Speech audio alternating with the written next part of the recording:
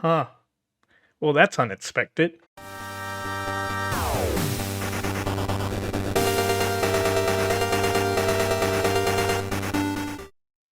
Hey, how's it going, everybody? It's me, Digikai. Greetings over there, YouTube, and everybody that's watching this. I don't know why I said that, but I see that many people are actually interested in my take for the new Kamen Rider movie that came out, Shin Kamen Rider. That's right. Shin Kamen Rider, of course, movies made by the creator of Evangelion. The Shin movies are actually becoming notorious nowadays, from what I hear. Like you had Shin Evangelion, Gundam. Sorry, that's my friend's wish list. Shin Godzilla, and now you have Shin Kamen Rider, and of course you have Shin Ultraman, which for some reason I forgot to include. But Shin Kamen Rider. Like, as soon as I heard about this movie, I was wondering if they were gonna port this movie over to the States. I know they did it for Shin Godzilla.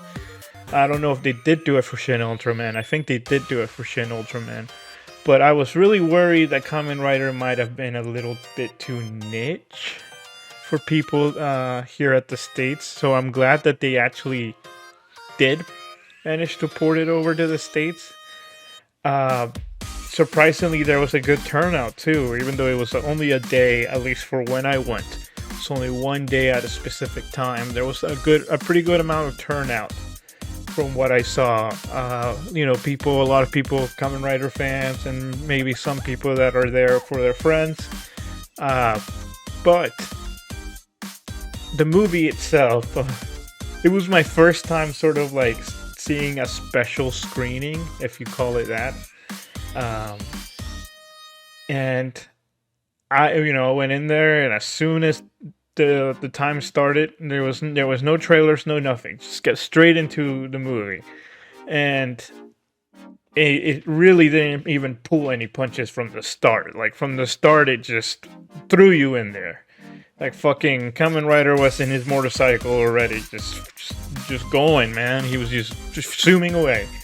The action was 100% non-stop, 100% out of nowhere. There was a lot of blood. I mean, if you wanted to see Kamen Rider get down and dirty, this is it. It's a lot of blood. People's heads exploding, limbs breaking, freaking something like Kamen Rider basically beating somebody to like bloody pieces. It was insane. It was ridiculously insane. Now they could have gone the full gory mode, but I think like they kind of like mixed in like this is kind of wacky at the same time, which is I don't know if it was on purpose or if they just didn't have the budget to make it really super gory, a la Wolverine, whatever.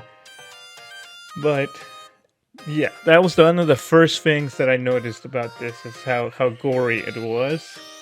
And seeing how like I've seen a couple of trailers, but not every trailer or every promotional every promotional piece for this movie, but it almost felt like the person they were advertising that was going to be the bad guy, he beat really fast. And I'm sorry if it's spoilers territory or not, but this movie deviates a little bit from the actual Kamen Rider story, while trying to stay true to the subject matter as well. I mean, they have characters are there, the character tropes are there, the personalities are there, but at the same time, I could see the director trying to do his own thing, and it's understandable. I mean, the dude did create Evangelion, so maybe he had an idea, Hideaki Anno, how this would go. Visually, I liked the movie. Visually, it looked great. It was set in the 70s, and you knew it looked like the 70s. The characters looked like the characters from the show. The hairstyles, just the way they act. It had that cool factor. I don't know how to describe it except that it had like a really cool factor. Like you just saw it and you were like, damn, that's pretty fucking cool. Of course, it did do a lot of tropes. I'm not gonna lie. It did rely on a lot of tropes here and there. Kamen Rider, the actual Kamen Rider was a little too soft, but I don't know if it's. I've only watched bits and pieces of the original Kamen Rider for me to actually relate to it. So, I mean, if you guys have seen the original Kamen Rider and you can notice the differences or the similarities right away, let me know. But they did feel like Takeshi Hongo, the character, was too soft at times. He was quiet, he was brooding, but I liked him as a main character. I wouldn't say he's not a bad main character. Hayato, of course, is the better character. Joking around, more personality, more 70s, I would say. I like Ruriko's character arc, even though it was really short and really fast. I liked how she went from robotic to somebody who actually had emotions. And it's really stupid to say, but the Evangelion author really knows how to do these characters that are sort of like non-human and then humanize them in a way, if you know what I mean. But besides that, the movie itself as its standalone movie, it seems really rushed at times. The story seemed really rushed, and I can't fault for the story being rushed because he's trying to squeeze 2 seasons and his own ideas into like one freaking movie. Not even 2 seasons. I'm sorry, 1 season and a half. But the enemies were cool. The designs of the enemies were cool. I liked how they kept the designs classic in a way. They took the retro designs and just updated them just a little bit. I know this was by design choice. I know the director of the movie, Anno, he really wanted to keep the characters like the show. So it makes sense. It also makes sense because it's the 70s. So it's set in the 70s or the 80s. It might have said in the 80s, actually, now that I think about it. But of course, you're not going to have high tech or transformations or ludicrous over-the-top transformation scenes like Kamen Riders know nowadays. They're just going to, say henshin, and then their belt's going to light up and their face is going to glow or something. But I liked it. It's practical. The fights were really cool. There was a lack of budget. You could see there was a lack of budget in some fights. For example, the fight with Hiromi, it was a little too much of a CGI mess for me. But I liked it. I really liked it. But yeah, it was like watching PS3 graphics at times. And especially when Kamen Rider would jump around and do his little flip and his, of course, iconic rider kick. It did look very computer generated, let's just put it that way. And I can't fault them. They're not legendary. They're not Lionsgate. They're not Sony. It's Toei.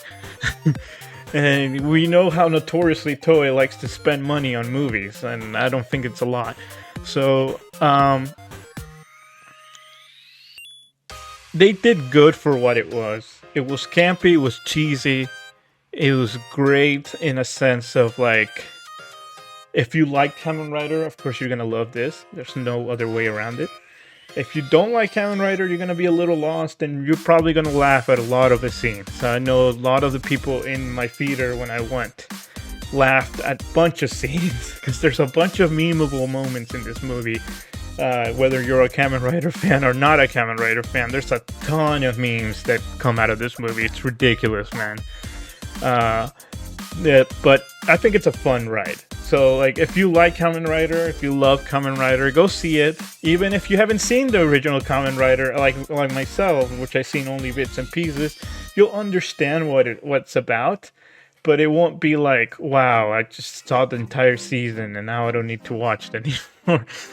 But I would say I'll recommend this. I'll give it the Digikai seal of seals, I guess. To go watch it. Go knock yourself out. Watch Kamen Rider, Shin Kamen Rider on DVD, or if it's actually, by the time I uploaded this, I think they still have 1 or 2 showings left in the US if you live here, and if they're gonna take it overseas, go see it in a theater. It is a blast. But besides that, thank you for coming to my short TED Talk. My TED Talk, that might be a little bit copyright infringement. Welcome to my Digikai Talk and my short review, first impressions, whatever the hell this is gonna be. I'm not even sure if this is gonna be a recurring series, but to all those people that wanted my opinion, here it is. Kamen Rider, good. I give it a good thumbs up if I could move my arms, but I can't. So I will say, go watch it. And I am Digikai, and I'll be signing out. I'll see you guys later. Be sure to subscribe, like this video, comment as well. If you want more opinionated pieces like these, this is unfiltered, unscripted. I don't have any, I didn't even write down any bullet points on what am I going to talk about on this review, and I know it shows. But I like to convey my opinions in a pure way instead of, scripted, because it's not really, like, it's scripted, I could add a couple of jokes here and there, but whatever comes into my mind, that's what I think about the movie. So if you want to see more videos like this, let me know. Definitely doing more tier lists, maybe some retrospectives, some reviews. I know I wanted to do Gokaiger versus Super Mega Force, but I'm still wondering and working if that's going to be a good video. But I'll see you guys later and have a good one. It's 5:50 something and I feel so empty inside.